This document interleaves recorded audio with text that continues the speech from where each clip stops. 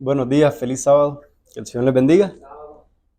¿Cuántos estamos alegres y agradecidos con Dios? Porque la fe que debe tener el cristiano y la fe que debe obtener es la fe de Jesús. ¿Cuántos le agradecemos a Dios por eso? Porque no es mi propia fe, no es la fe de nosotros. Dios en todos pone un tantito de fe en cada persona, pero esa fe puede desarrollarse, crecer, hasta llegar a ser fuerte y madura. Una fe que soporte los embates de las eh, vicisitudes de la vida, de las pruebas. Estaba analizando las palabras del himno, la fe de Jesús que nosotros debemos de tener, el himno que cantamos al principio. Esa fe nos trae paz. Esa fe da terror a los demonios. Esa fe da valor. Desecha el temor que podamos tener ante las pruebas. ¿Qué más? Trae poder, dice aquí. Y acá dice la fe que vence. Y esta fe nos lleva a poner la vista ¿en quién? En Jesús. Esta fe trae valor al cristiano. ¿Qué más decía? Ayuda al débil a triunfar. Y nos lleva a sufrir con amor. Nos lleva a cantar en medio de la prueba. ¿Quién puede cantar en medio de la prueba? ¿Será que podemos cantar en medio de la prueba y la aflicción con un corazón natural? El corazón natural no puede cantar, es imposible. Pero esa fe de Jesús lleva al cristiano a cantar, a agradar, a alegrarse delante de Dios. Mas el justo por la fe avanzará. La fe, hermanos, nos impele y nos susurra en el oído, avanza. No importa si el camino está cerrado. La fe no lo detiene nada ni nadie. Por eso debemos tener esa fe de Jesús para poder avanzar por fe y no por vista, nos dice la palabra de Dios. Pero la incredulidad y la duda nos dice, por un lado, ¿qué nos dice? La incredulidad y la duda no nos dice avanza. La incredulidad nos dice detente, espera que el camino se abra. ¿Y cuántas veces no le hacemos caso a la incredulidad y a la duda? ¿Cuántas veces nos detenemos por oír la duda y la incredulidad que nos susurran? Detente, espera que se abra el camino. Pero la fe no teme ante nadie y ante nada. La fe va hacia adelante, la verdadera fe. No importa si ves cerrado el camino, porque sabe en quién ha confiado, en un Dios todopoderoso, en un Dios maravilloso, que es capaz de transformar o de abrir la puerta en el camino donde está la puerta cerrada. La fe en Dios tenemos que entender nosotros, hermanos, que no hace fáciles las cosas, pero sí las hace posible. Cristo dijo en cierta ocasión, el que cree, si puedes creer, le dijo a un hombre, el que cree todo le es posible. La verdadera fe, hermanos, se fortalece en las pruebas, en las dificultades, en las aflicciones. Las pruebas y las aflicciones son como un alimento nutritivo para la verdadera fe del cristiano, que lo hacen crecer y desarrollarse. La fe verdadera se regocija, canta en el dolor. ¿Se acuerdan quién cantó en medio de una dificultad tremenda? ¿O quiénes? Hay muchos casos, pero vemos ahí el ejemplo de Pablo y Sila. La Biblia nos dice que estaban cantando y alabando a Dios, himnos. Estaban orando, dice. ¿Pero dónde estaban orando? ¿En el templo? ¿En la casa? ¿O dónde? En la cárcel. Nos dice ahí, en Hechos 16:25. Pero a medianoche, orando, Pablo y Silas, ¿qué hacían? Cantaban himnos a Dios y los presos los oían. Esto no es natural para un corazón natural. Esto es sobrenatural. Cantar en una situación tal, eso es fe. Eso es tener fe y amor hacia Dios, porque la verdadera fe obra por el amor y purifica el alma, nos dice. Pero no apenas estos hombres, hermanos, cantaban en la cárcel, solamente no los metieron ahí solamente sin ningún rasguño. ¿Qué había pasado con ellos antes de eso? Dice Hechos 16, 23 y 24. Después de haberles azotado, ¿cuánto? Mucho. Les echaron en la cárcel mandando al carcelero que los guardase con seguridad, el cual, recibido este mandato, los metió en el calabozo. ¿De a dónde? Los dejó ahí en la orillita de la puerta donde podían ver todo ahí. En el calabozo de más adentro. Y todavía Pablo y Silas cantaban a Dios. La fe canta, hermanos, en medio de la prueba más difícil. Los azotaron, los metieron azotados, sufridos estos hombres, y todavía adentro cantaban himnos a Dios. Ya se ha preguntado usted, ya nos hemos preguntado, si nosotros estuviéramos en esa situación, ¿cantáramos? ¿O nos desesperaríamos? Necesitamos esa fe verdadera. Otro ejemplo, hermanos, en tiempos del profeta Habacuc, estaba habiendo una crisis tremenda en el pueblo de Israel. Había una sequía por la desobediencia. Siempre por la desobediencia de los hijos de Dios, a veces las cosas vienen a fracaso. Y había una tremenda sequía. Pero Habacuc, uno de los fieles que quedaban en el pueblo de Israel, él afirmó su fe en Dios. ¿Y cuáles fueron sus palabras que él dijo? Allí en Habacuc capítulo 3, versículo 17 y 18 dice: aunque la higuera no florezca, ni en las vides haya frutos, aunque falte el producto del olivo y los labrados no den su mantenimiento, y las ovejas sean quitadas del redil y no haya vacas en los corrales, ¿qué dijo él? Con todo, yo me alegraré en Jehová y me gozaré en el Dios de mi salvación. La fe no le importa lo que esté pasando alrededor. La verdadera fe no se pone a ver esto de aquí, las circunstancias que pueden pasar a su alrededor. Porque la verdadera fe, ¿cuál es el fin? El cristiano que tiene verdadera fe, su mirada la tiene ¿dónde? Allá arriba, en la eternidad, en las cosas eternas. Otro ejemplo que podemos ver de verdadera fe fue a Job. Job estaba pasando por qué situación.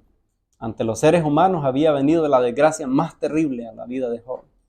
Había perdido todo lo terrenal, pero había perdido lo más precioso, que para él era su familia, los hijos. Lo perdió todo.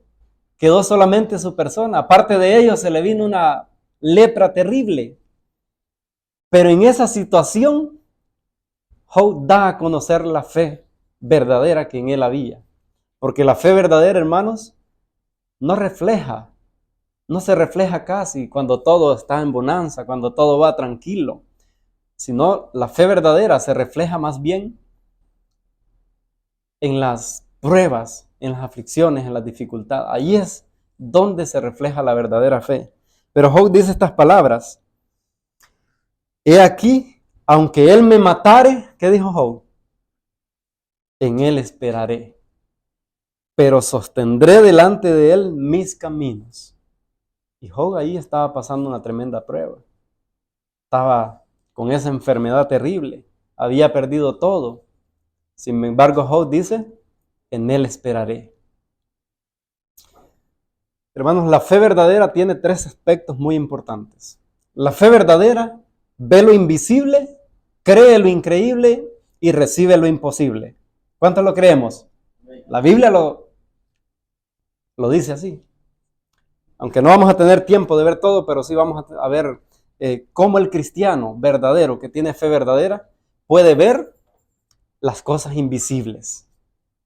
¿Cómo? ¿Cómo es eso? Ver las cosas invisibles, imagínense. Vamos a ver algunos ejemplos también de fe de los hijos de Dios en el pasado. Cómo los hijos de Dios, aquellos que pusieron la fe y la confianza plena y completa en su Dios, caminaron, vivieron y avanzaron por fe. A pesar de los obstáculos que tenían enfrente, ellos no se detuvieron, sino que avanzaron por fe.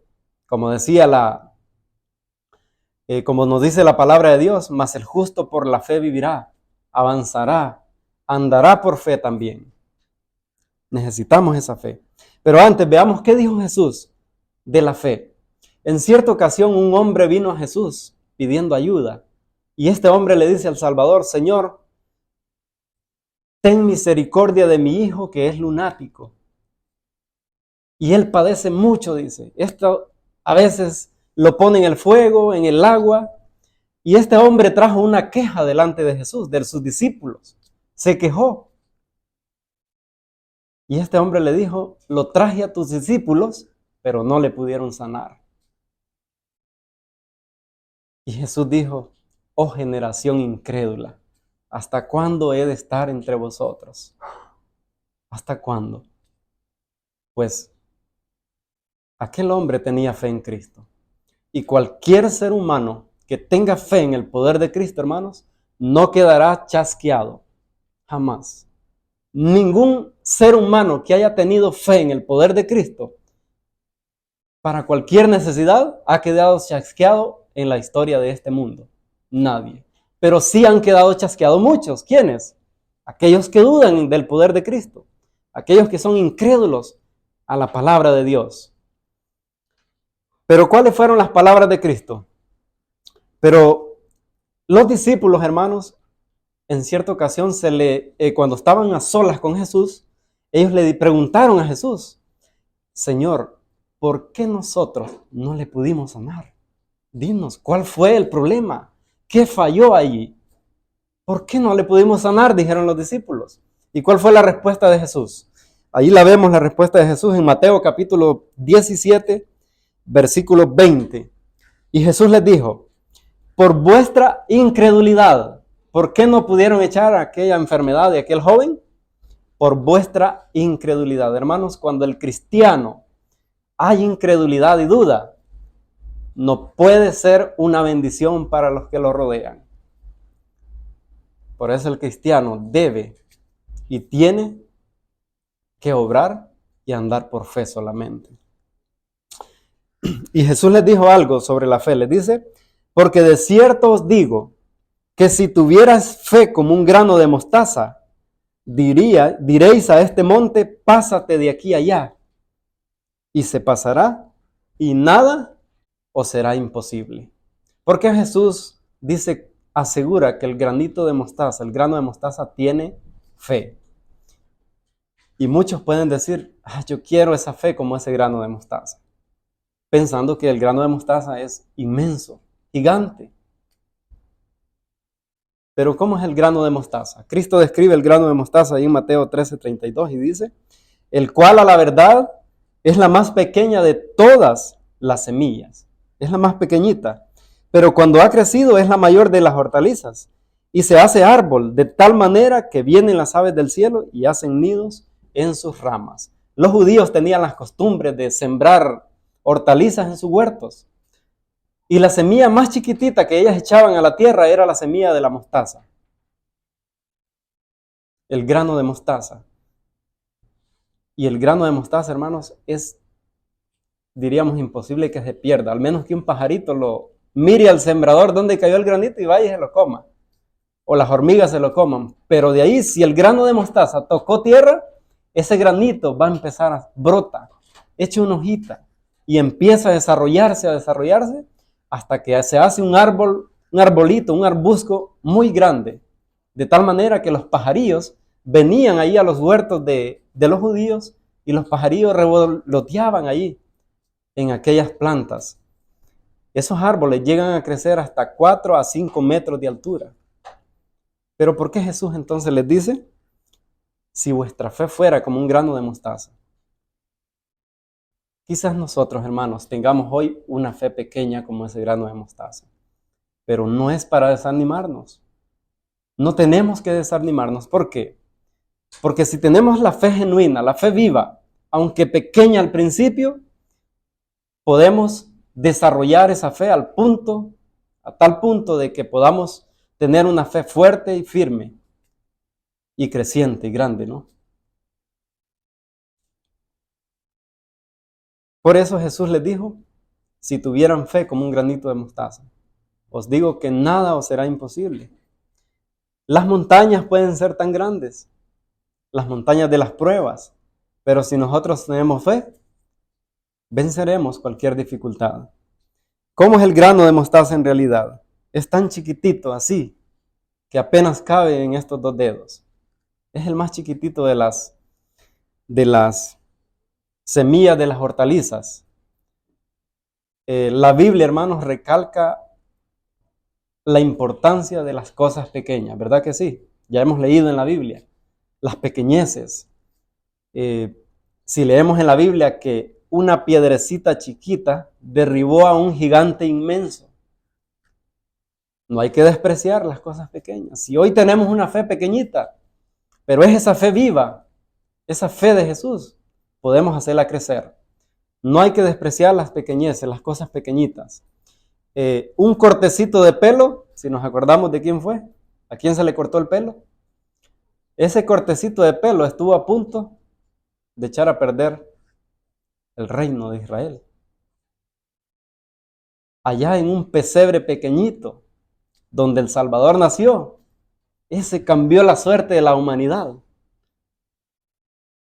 No hay que despreciar las cosas pequeñas. Y a nosotros se nos dice, en Zacarías 4:10 nos hace una pregunta.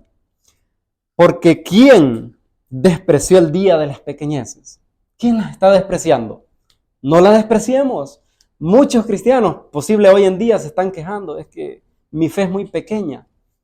Pero tienes fe.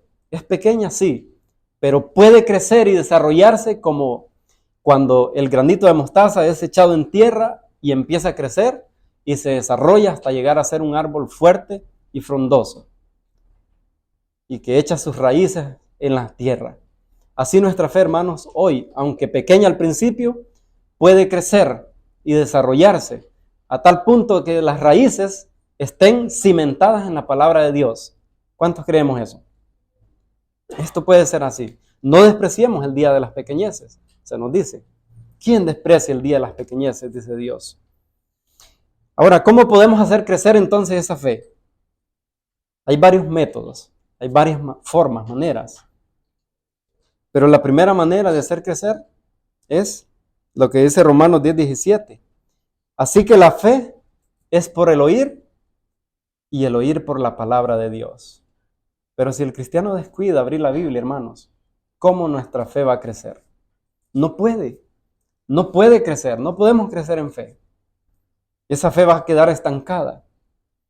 Tenemos que abrir la palabra de Dios, oír la palabra de Dios y estudiarla por nosotros mismos. Es la única manera de empezar a crecer la fe en nosotros.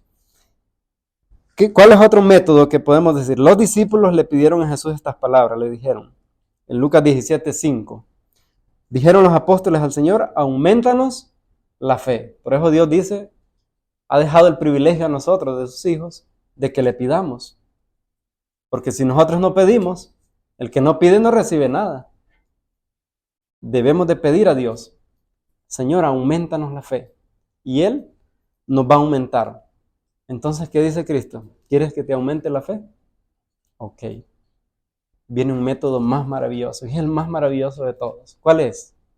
Para hacer crecer la fe y que se fortalezca. Son las pruebas, las dificultades en la vida del cristiano. Y Pedro nos dice ahí en 1 de Pedro 1:6 y 7, en lo cual vosotros os alegráis, aunque ahora por un poco de tiempo, si es necesario, tengáis que ser afligidos en diversas pruebas. ¿Para qué? Para que sometida a prueba vuestra fe, mucho más preciosa que el oro, el cual, aunque perecedero, se prueba con fuego, sea hallada en alabanza, gloria y honra cuando sea manifestado Jesucristo. Este es el método más maravilloso, hermanos. Por eso, cuando Dios nos llame a participar de pruebas y aflicciones, no murmuremos. Dios quiere aumentar nuestra fe. Dios quiere darnos una fe más grande. El apóstol Santiago también dice, en Santiago 1:3, 1, 2 y 3. Hermanos míos, tened por sumo gozo cuando os halléis en diversas pruebas, sabiendo que la prueba de vuestra fe produce ¿qué? Paciencia. Pero cuando somos probados y nosotros desechamos esa prueba con las murmuraciones y las quejas, ¿será que vamos a obtener paciencia? Es imposible, hermanos. La prueba es uno de los métodos más maravillosos que Dios usa para hacer crecer nuestra fe. Y vimos en las lecciones que hay que alegrarnos, hay que esperar con gozo las dificultades y las pruebas cuando seamos probados. ¿A dónde nos debe llevar la verdadera fe cuando nosotros somos probados? ¿A dónde? Dice Proverbios capítulo 3 versículos 5 y 6. Fíate de Jehová de todo tu corazón. ¿A dónde nos debe llevar esa verdadera fe? A fiarnos, a confiarnos en Dios completamente de todo corazón y no te apoyes en tu propia prudencia, porque ¿qué pasa cuando nosotros nos apoyamos? Cuando vienen las pruebas en nuestra propia prudencia. Venimos abajo a desanimarnos. Reconócelo en todos tus caminos y Él enderezará, ¿qué? Tus veredas. En todos, no en algunos. En todos nuestros caminos que nosotros emprendemos, debemos reconocer a Dios, que solamente Él nos puede ayudar a mantenernos firmes. Dice ahí en Alza tus ojos, página 337. El pueblo que Dios está guiando debe aventurarse basado en su palabra. Deben avanzar por fe. Hay verdades que se les ha confiado, que deben obedecer. La obra de Dios es agresiva. ¿Verdad que es agresiva? Dice la palabra de Dios, dijo Cristo, que solo los valientes arrebatarán el reino de los cielos. No hay cabida para los cobardes. Por eso necesitamos la fe de Jesús en nuestra vida. Nadie puede estar en una posición neutral y a la vez ser un soldado del ejército del Señor. Dios tiene mandatos para su pueblo y si están en estrecho contacto con Él, oirán su voz y mantendrán el paso con su capitán. ¿Qué necesitamos nosotros para mantener el paso con nuestro capitán? Lo que dice Hebreos 12:1, 12:2. Puesto los ojos en Jesús, el autor y consumador de la fe. Eso es lo que nosotros necesitamos para mantener el paso con nuestro Salvador. Porque si nosotros no tenemos los ojos puestos en Jesús, nosotros quedaremos muy lejos de Cristo, muy lejos. Y lo vamos a perder de vista, así como María y José perdieron de vista a Jesús en cierta ocasión. Y les costó 3 días casi hallarlo. Cuando nosotros perdemos de vista a Jesús, hermanos, a veces nos cuesta volverlo a hallar. Nos cuesta. Y hasta que volvemos ahí mismo, andar junto a Jesús. Sigue diciendo, avanzad en el conflicto para pelear las batallas del Señor. Pero aquellos que están en una posición indiferente, sin comprometerse, ¿qué necesitamos en el ejército del Señor? ¿Qué es lo que necesitamos, hermanos? Compromiso con el Señor. Compromiso en la obra de Dios. Pero ese compromiso no lo podemos hacer sin fe. Porque si nosotros no tenemos fe en el poder de Cristo, nosotros no nos vamos a negar a comprometernos en la obra del Señor. No ganarán victorias. Debemos trabajar por fe y no por vista, permitiendo que Dios dirija la lucha, imbuidos y estimulados por el Espíritu de Dios. Deben llevar este mensaje sin preocuparse ni calcular los resultados. Deben hacer su parte y dejar el resto con Dios. Si nosotros como cristianos estamos siendo indiferentes hacia la obra de Dios, hacia Dios mismo, hermanos, no vamos a poder caminar por fe. Vamos a andar por vista. Y la verdadera fe nos lleva a ver aquello que es invisible. La palabra de Dios nos dice que el cristiano verdadero ve aquellas cosas que son invisibles. ¿Cómo podemos hacer esto? Pablo les dijo a sus hermanos en cierta ocasión que ellos debían andar no mirando las cosas de este mundo, dice, sino mirando las cosas ¿cuáles? Aquellas que no se ven. Pero no las podemos ver si en nosotros no hay fe verdadera.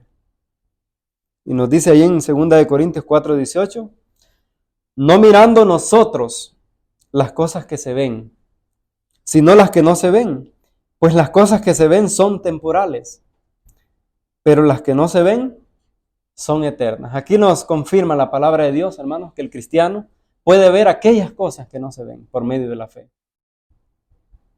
Porque la fe cruza las tinieblas de la incredulidad, las dudas, y penetra hasta ver allá las cosas eternas. De Moisés, no sé si nos acordamos de Moisés. Moisés tenía, dice el Espíritu de Profecía, una fe poderosa, una fe grande en Dios. Y en Hebreos 11:27 quedó escrito de Moisés así: por la fe dejó a Egipto, dice, no temiendo la ira del rey, porque se sostuvo como viendo a quién, al invisible. Moisés, hermanos, para Moisés Dios era real, lo veía ahí a su lado. No lo miraba allá, tan lejos, no está conmigo, no me puede ayudar. Para Moisés Dios era realmente lo que dice allí en Isaías capítulo 41, versículo 10 y 13. Y ahí dice, no temas, porque yo estoy contigo. No desmayes, porque yo soy tu Dios, que te esfuerzo, siempre te ayudaré, siempre te sustentaré con la diestra de mi justicia. Porque yo, Jehová, soy tu Dios, quien te sostiene de tu mano derecha.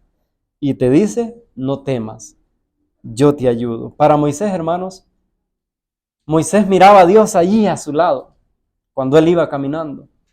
Cuando él iba saliendo de allá de Egipto, no tuvo miedo del rey de Egipto, de Faraón. Cuando salió con aquella inmensa multitud de esclavos a la tierra de Canaán. Por eso quedó escrito ahí en Hebreos 11:27, por la fe dejó a Egipto. Y no temió la ira del rey porque él estaba viendo al invisible, aquel que era más poderoso que Faraón. Por eso Moisés se sostuvo viendo a Dios. Confió en su poder. Y nos dice ahí en la educación, página 63, Moisés no solo pensaba en Dios. Muchos cristianos hoy en día piensan en Dios. Qué bonito es Dios. Dios siempre nos ayudará. Pero cuando vienen las pruebas, ¿qué dice? Señor, ¿dónde estás? ¿Por qué me has abandonado? Pero ¿qué dice Moisés? Sino que le veía. Dios era la visión constante que tenía delante de sí. Nunca perdía de vista el ¿qué? Su rostro. Esa es la verdadera fe que nos lleva a ver a Dios, a ver el rostro de Dios por fe. Nunca perdía de vista su rostro. Para Moisés la fe no era una conjetura. Sin embargo, para muchos cristianos hoy, la fe es apenas una conjetura, sino una realidad, dice. Creía que Dios regía su vida en particular y lo reconocía en todos sus detalles. En todos los detalles de la vida, Moisés reconocía a Dios como su sustentador, como su ayudador, como su proveedor, como su protector, en todos los detalles de la vida. Confiaba en Él a fin de obtener fuerza para resistir todas las tentaciones. ¿Cuántos queremos tener esa fe? Que veamos el rostro de Dios. Que nos sostengamos en las pruebas, en las dificultades, en las aflicciones, mirando a Dios. Una de las causas que muchos cristianos hoy en día, modernos, se desesperan en las pruebas, en las dificultades, porque quitan la vista de allá y la ponen aquí alrededor.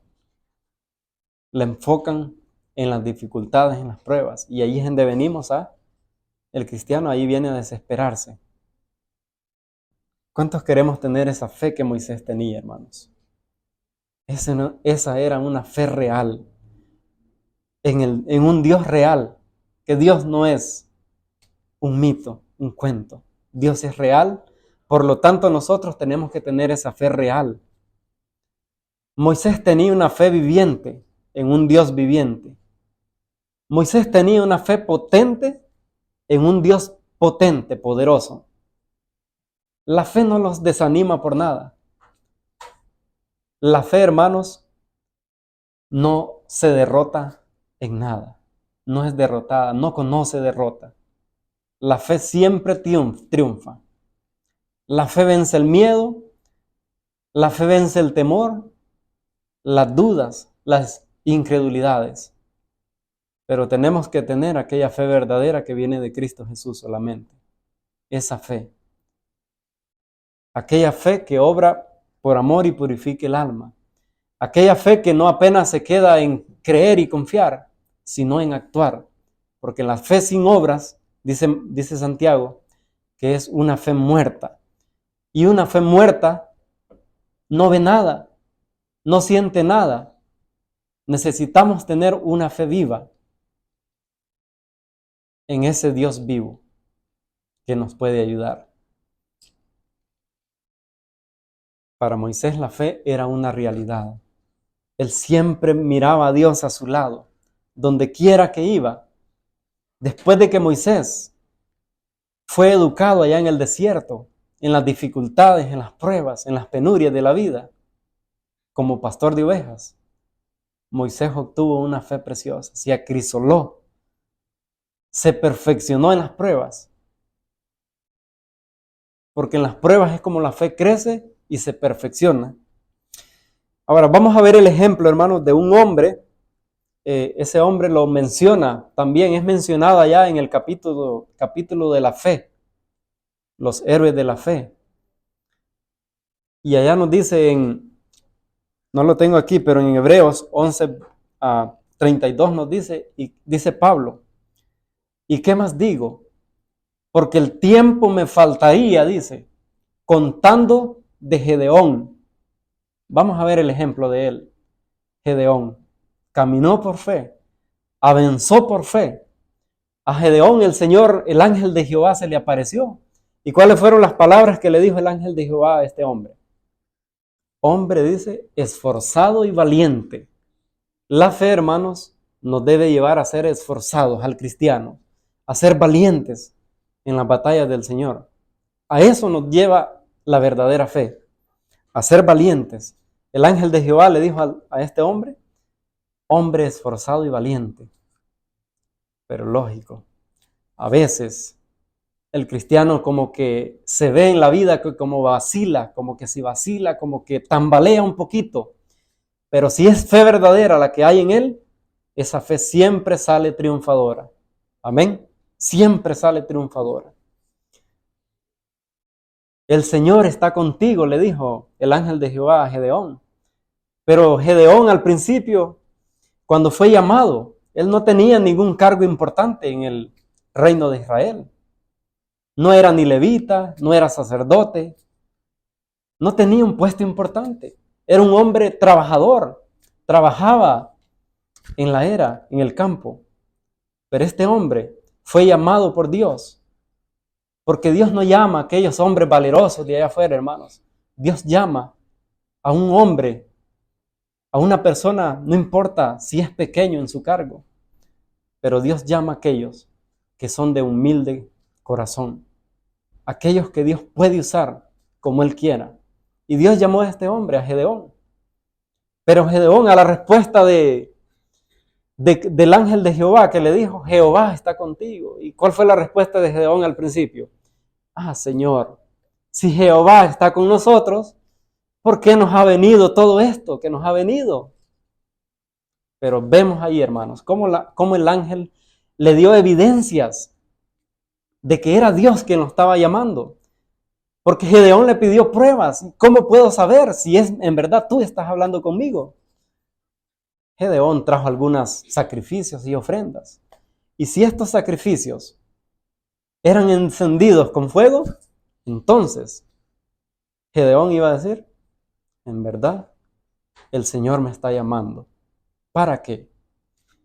El pueblo de Israel, hermanos, estaba siendo afligido por sus enemigos, por los amalecitas, por los madianitas y los países orientales.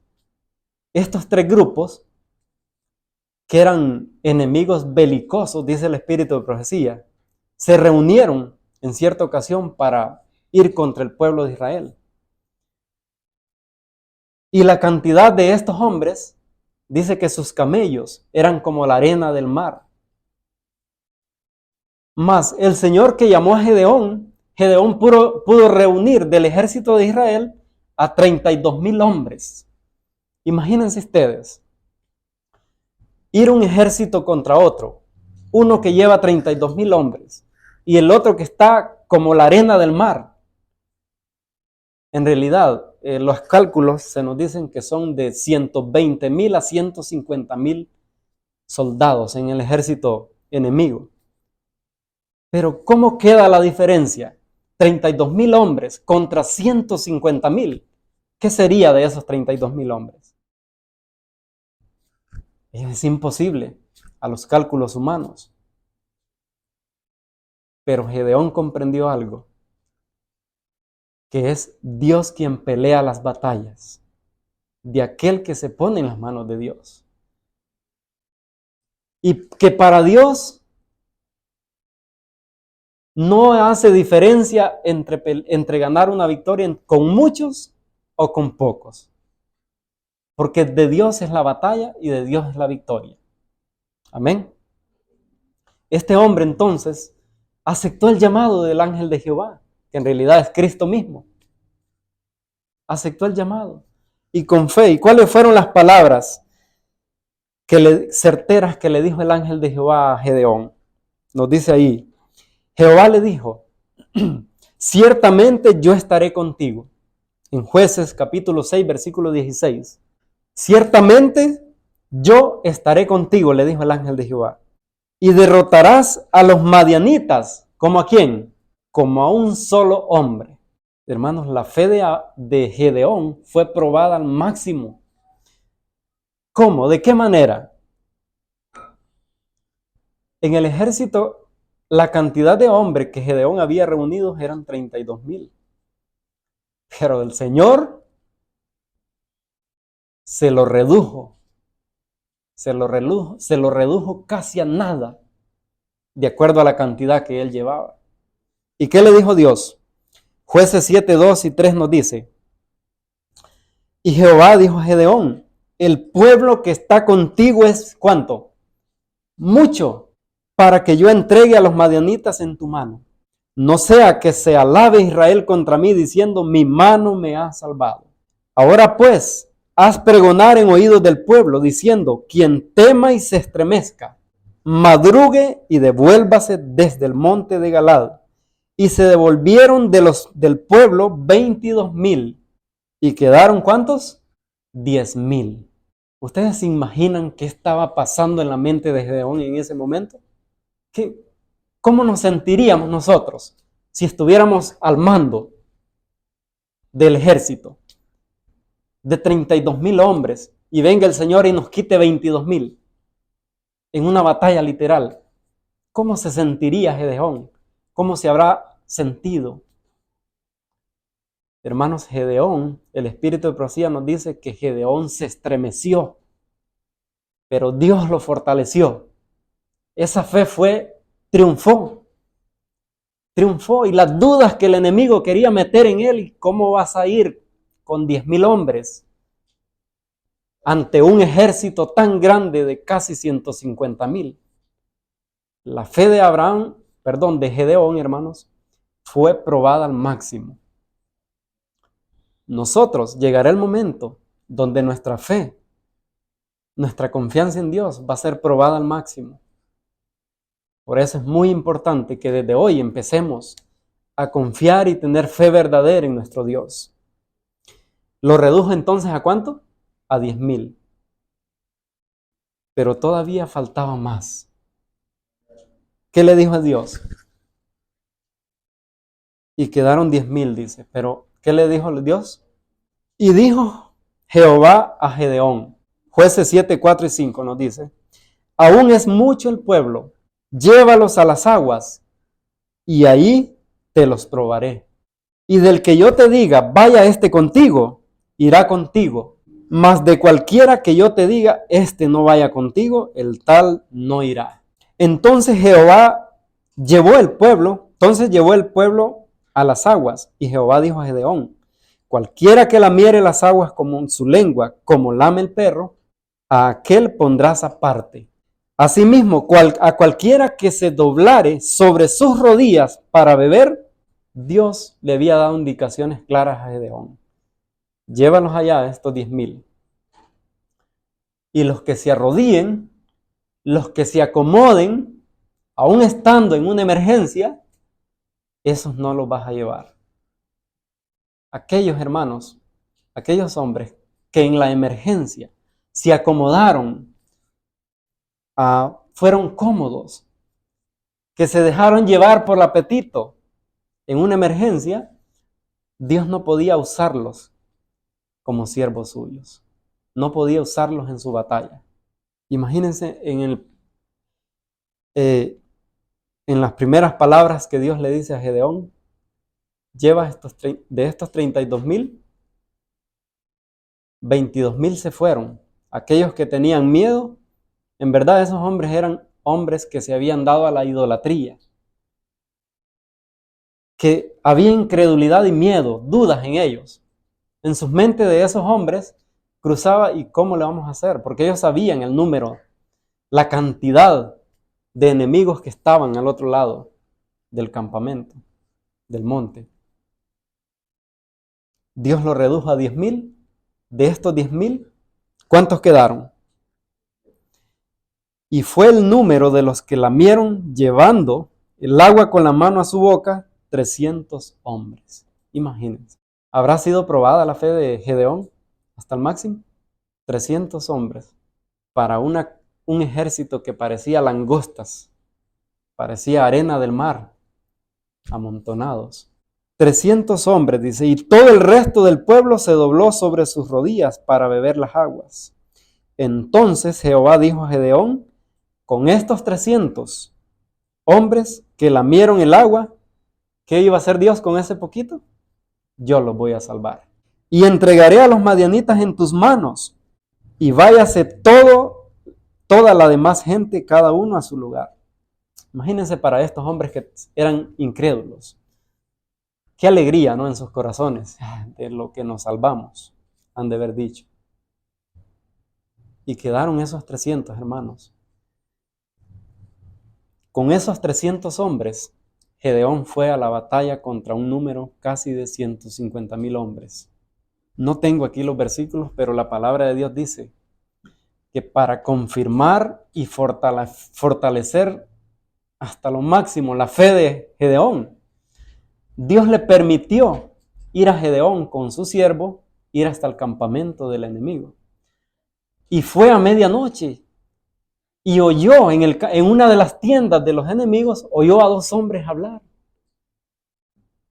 Uno contándole el sueño a otro hombre, donde ahí, para reducirlo, la historia, allí uno le contaba que ellos iban a ser entregados en las manos de Gedeón, que Dios había entregado ya a ese pueblo. El sueño que él contó, eso se refería.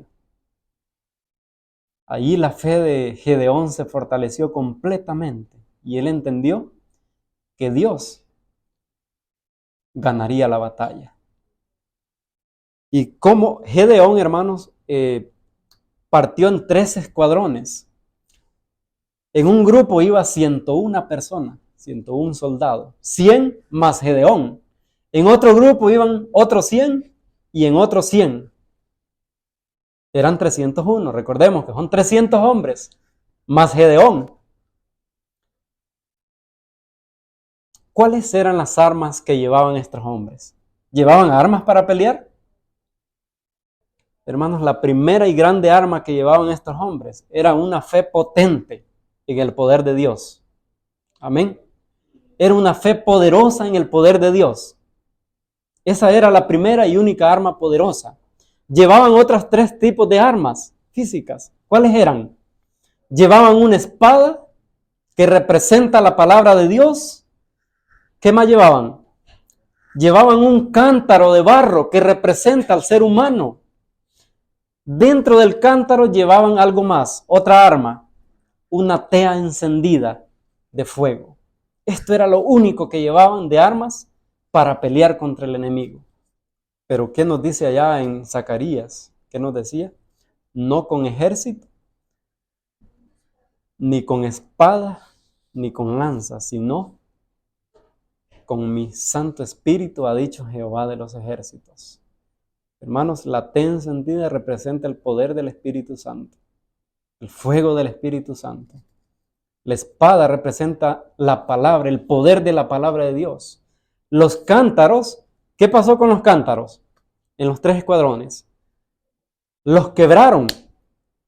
El ser humano, hermanos, tiene que ser quebrantado antes de que el Señor nos pueda usar en verdad para ganar almas en esta lucha, en esta vida. Y veamos cómo dice en Jueces capítulo 7, versículo 20. Y los 3 escuadrones tocaron las trompetas y quebrando los cántaros tomaron en la mano izquierda las teas y en la derecha las trompetas con que tocaban y gritaron. ¿Qué fue lo único que dieron ellos? ¿Qué gritaron? Por la espada de Jehová y de Gedeón. ¿Y qué pasó con el ejército, hermanos? Enemigo. Jueces 7:21 dice, y se estuvieron firmes cada uno en su puesto, en derredor del campamento. Entonces todo el ejército enemigo, ¿qué pasó? Se echó a correr dando gritos y huyendo. Hermanos, el Espíritu de Profecía dice que los enemigos de esos, del pueblo de Israel, los madianitas, se desesperaron. Veamos que Gedeón, en su ataque, él dividió los 300 hombres en 3 grupos. Y todos a la misma vez quebraron sus cántaros. Los madianitas creían que era un ejército inmensamente grandísimo. Se desesperaron, hermanos, y unos con otros se quitaban la vida de la desesperación, del terror que había en ellos. Pero ¿quién puso terror ahí? Dios. De Dios es la batalla y de Dios es la victoria. Cuando nosotros ponemos la fe plena y completa en Dios, hermanos, no va a haber nada que nos aterrorice. No va a haber nada que detenga al cristiano. En Jueces 7:22 dice, y los 300 tocaban las trompetas, y Jehová puso la espada de cada uno. ¿Contra quién dice? ¿Del ejército enemigo? Contra su compañero, en todo el campamento. Y el ejército huyó hasta Besita, en dirección de Serera, y hasta la frontera de Abel Meola, en Tobat. Fue destruido aquel ejército. Cayeron más de 120,000 ejércitos del enemigo en aquel día, con un ejército de 300 hombres, hermanos. Esto es fe. Por eso Pablo recalca el nombre de Gedeón allá en los héroes de la fe, en el capítulo 11 de Hebreos. ¿Qué nos dice el Espíritu de Profecía? Patriarcas y Profetas, página 533, dice, párrafo 4, el carácter se prueba a menudo por los medios más sencillitos. Dios nos va a probar, hermanos, a veces por los medios más sencillos.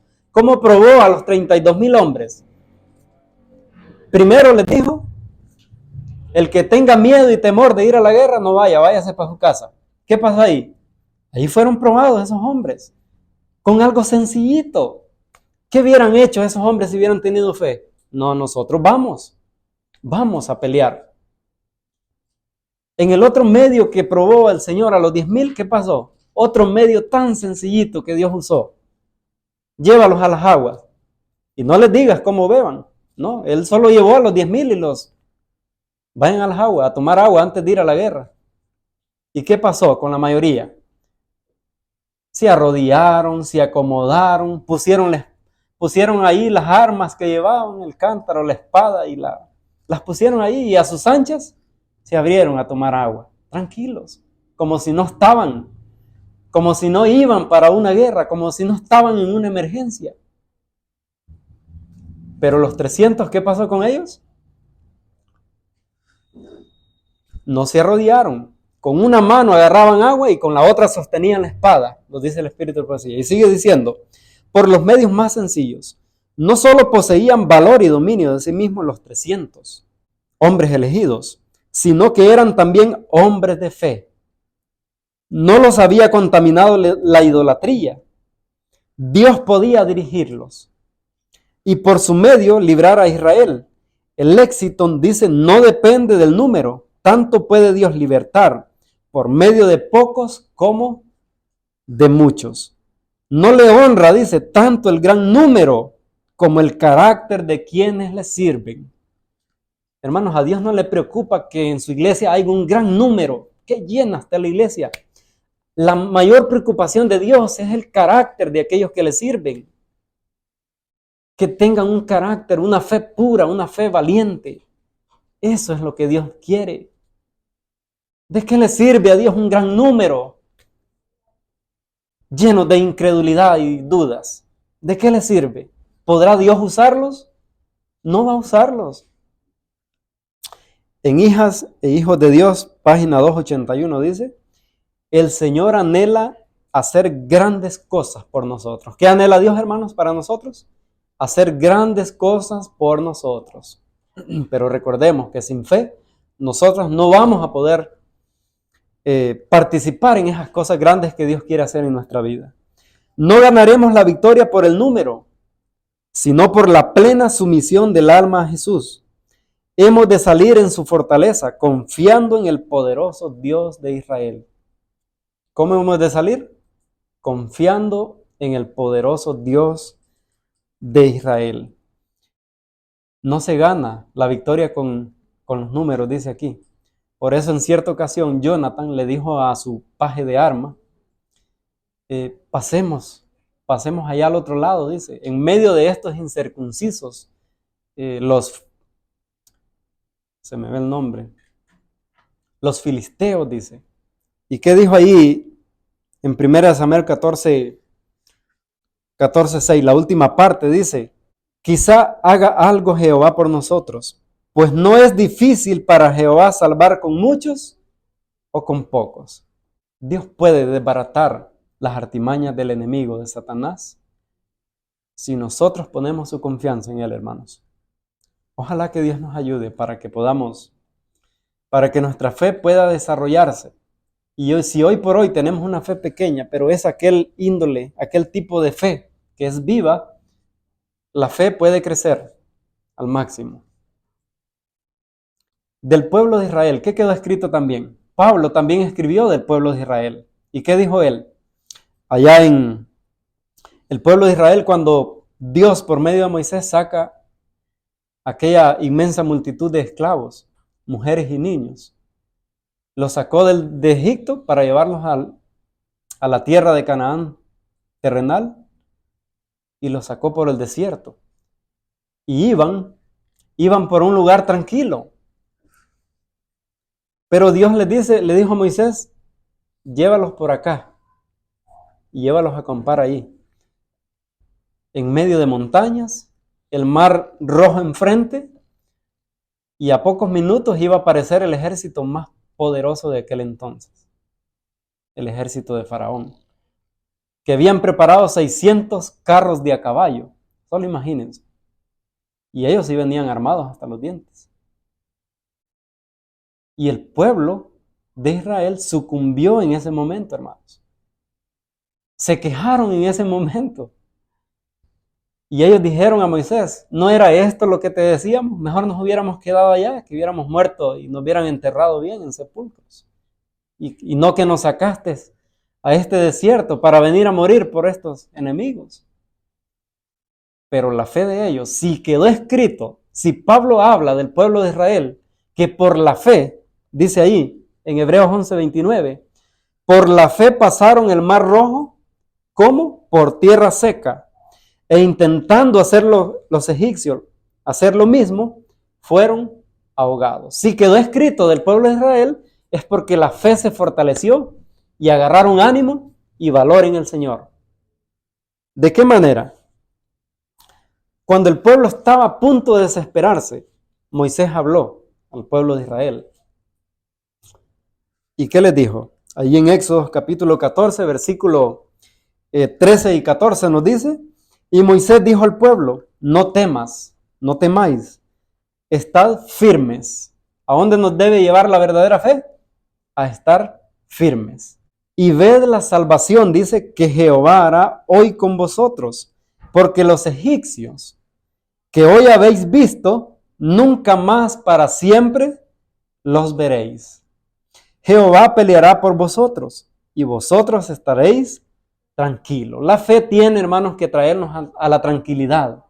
Cuando nosotros aprendemos a confiar en Dios, venimos a estar tranquilos, a pesar de las pruebas más difíciles, a pesar de las dificultades. No se queja, la fe no llora, la fe se regocija y canta en el Señor, a pesar de las dificultades más adversas que esté pasando el cristiano verdadero. ¿Y qué le dijo entonces? Ellos, las palabras de Moisés que venían de Dios, hermanos, los hizo al pueblo de Israel tener fe y confianza. Y ellos se tranquilizaron. En medio de un ejército, de montañas y el mar rojo enfrente, ¿cómo le iban a hacer? Esa es la pregunta, ¿cómo le iban a hacer? Pero ¿qué dijo Dios? Moisés en ese momento clamó a Dios. ¿Y qué le dijo Dios a Moisés? Ahí en el versículo 15 y 16 dice, entonces Jehová dijo a Moisés, ¿por qué clamas a mí? Di a los hijos de Israel que marchen. ¿Y para dónde iban a marchar? Lógico que tenían que marchar para el frente. Nadie marcha para atrás, ¿verdad? O para el lado. El ser humano debe marchar para el frente. Pero enfrente tenían el mar rojo que los detenía. Pero quedó escrito, por la fe pasaron el mar rojo, hermanos. La mayoría que iban en primera fila tuvieron que mojarse los pies y entrar en el agua sin que antes se haya abierto el mar. Eso es fe. Dar el paso a pesar de que veamos las aguas frías. Eso es fe. Por fe pasaron el mar rojo. La mayoría que iban enfrente se tuvieron que mojar los pies. Ellos hicieron su parte, el cristiano hace su parte, hermanos, y Dios hace su parte también. Cuando ellos dieron el primer paso y se mojaron los pies, Dios le dijo a Moisés, extiende tu vara. Y el mar, ¿qué pasó? Se abrió. Pareciera mentira eso que queda escrito en la Biblia, ¿verdad? Pero fue real. Y nosotros debemos creerlo por fe. Por fe debemos de creerlo. No lo vimos, no estuvimos ahí, pero debemos creerlo por fe. ¿Y qué le dijo en el versículo 16? Y tú alza tu vara y extiende tu mano sobre el mar y divídelo. Y entren los hijos de Israel por medio del mar en seco. Entonces Pablo elogió al pueblo de Israel contando y diciendo, por la fe pasaron el mar rojo como por tierra seca. E intentando hacer lo mismo los egipcios. ¿Qué pasó con ellos? Fueron ahogados. Imagínense cuando el pueblo de Israel terminó de pasar a la otra orilla y el mar todavía abierto, un carril inmenso. Cuando empezaron a entrar los egipcios con sus carros de a caballo, la inspiración dice que los ángeles fueron enviados ángeles poderosos y quitaron las llantas de los carros. No sé si lo han leído. Quitaron las llantas de los carros. Se embulleron en la arena y quedaron atascados. En ese momento se le alumbró la mente al faraón y ¿qué dice? Retrocedamos. Jehová está peleando por ellos, dijeron. Y en realidad era Dios quien estaba peleando por el pueblo de Israel.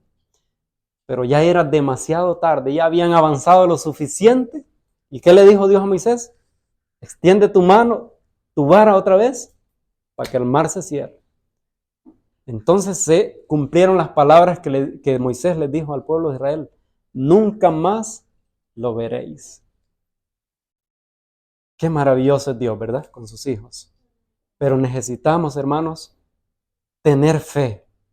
Pidámosla a Dios. Cuando vengan las pruebas, no nos desesperemos. La fe va a crecer. La fe se va a perfeccionar. Tengamos confianza en el Señor. Que si Él ha permitido algo es por nuestro bien. Miren cómo dice aquí, Patriarcas y Profetas, página 260.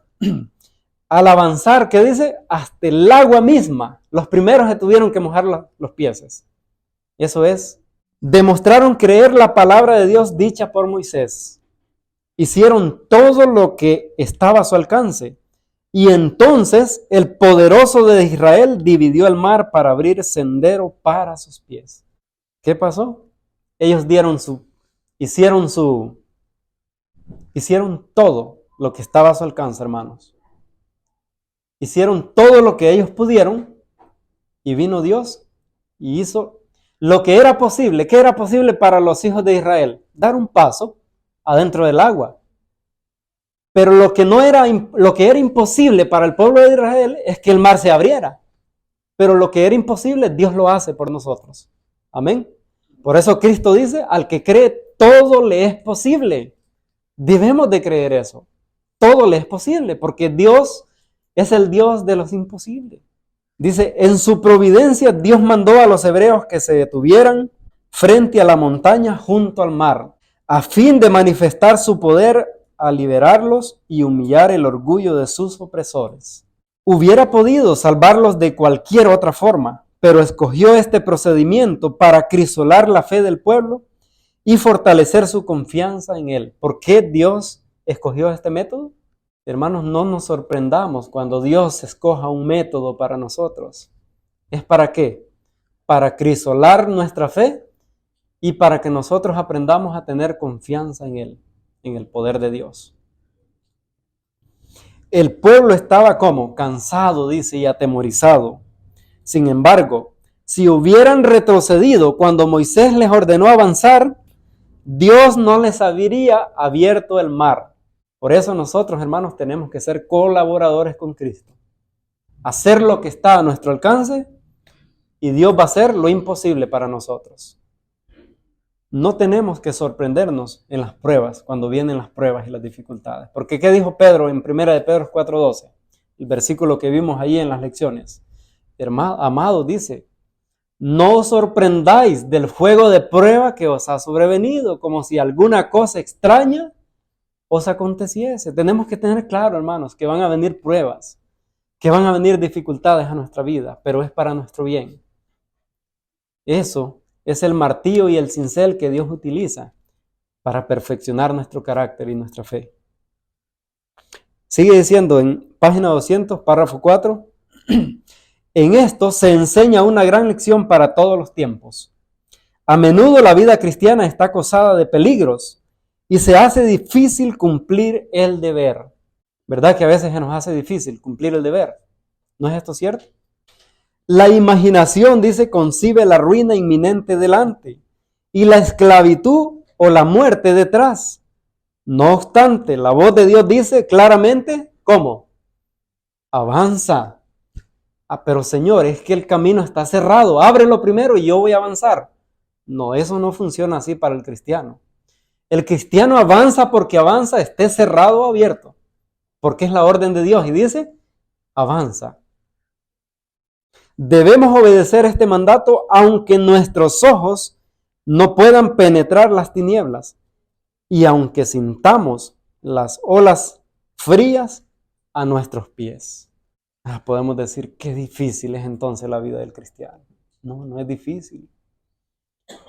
Cristo ha dicho, mi yugo es fácil y ligera mi carga. Se nos hace difícil la vida cristiana o como una carga cuando no vamos en yugo, cuando no tomamos el yugo de Cristo.